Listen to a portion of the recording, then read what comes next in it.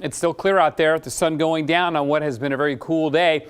And it's already back down to 37 out at the Reserve Golf Course, which is a couple degrees below the high today. But you don't have to get the sun below the horizon to begin to get cooling. Once it gets down to a low elevation like that, you're really not getting a lot of heating anymore from it. So temperatures begin to cool off. And boy, did they cool off last night. Dropped to 20 up in Scappoose, 24 Vancouver, Portland 26. That's 2 above the record low for the day.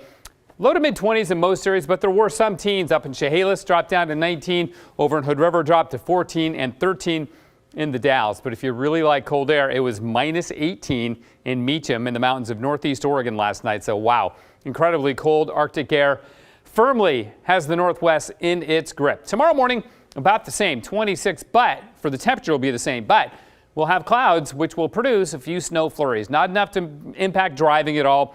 Very dusty, dry snow. If we get any even dusting, it'll blow off very quickly. And then by noontime, sun's coming out, and by 5 o'clock, should be generally clear once again. So it's a quick hitting little system dropping on down from the north. I'll show you that in a minute. Here are the highs today. 38 Vancouver, Portland made 40, so we just missed out having our coldest February 23rd by 1 degree. The record of 39 will stand.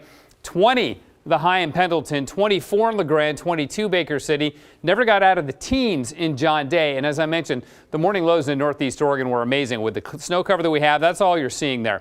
But here comes our little weather system dropping on down from the north. We call these inside sliders because they generally slide to the inside of the coast here. And that's what this one's going to do, is it drops on down through eastern Oregon, Washington, and the northern Rockies. So we just catch a little bit of it. We'll catch a few snow flurries, as I said, and then that will melt away. So morning flurries, sunny and windy again on Friday. We snap right back to clear weather just like that. And then the weekend brings rain and mountain snow as we go back to a more typical stormy and active pattern as we transition into March. But here's that system tomorrow morning. See a little batch of snow here. Again, very minor accumulations, if at all. Clears off tomorrow night and into Friday. Another beautiful day. And then we begin to see clouds come in as early as Friday night, but I think it's going to be Saturday night or Sunday before we get into rain. So here's that system coming in early Sunday morning as we transition from a northerly flow to a southwesterly flow, and that tends to bring a lot of systems towards us. And it looks like we'll be generally on the cool side. We'll get the snow level spiking up occasionally. This is next Saturday, another cold system dropping on in, but it doesn't look like we're going to see a big area of high pressure maintain itself and set up on the west coast to block storms for day after day like we saw earlier this month. 39 in Portland right now, freezing level 900 feet. That's as high as it got. It's going to be down to sea level before you know. Give it a couple of hours.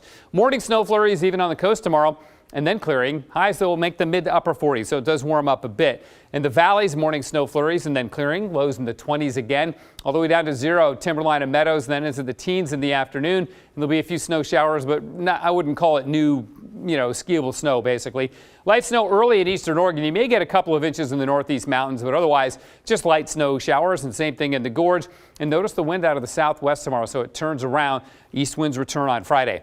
For Portland, frosty again tonight, same for all the western valleys, and then clouding up and a few flurries here and there, not a big deal. 42 the high tomorrow, 50 though on Friday. And over the weekend, we begin to stay above freezing. Once we get there Saturday, we'll remain above freezing. In fact, a couple of warm days, mid-50s Monday and Tuesday, Laurel. So again, we will transition into March with valley rain and mountain snow, and temperatures a little more tolerable.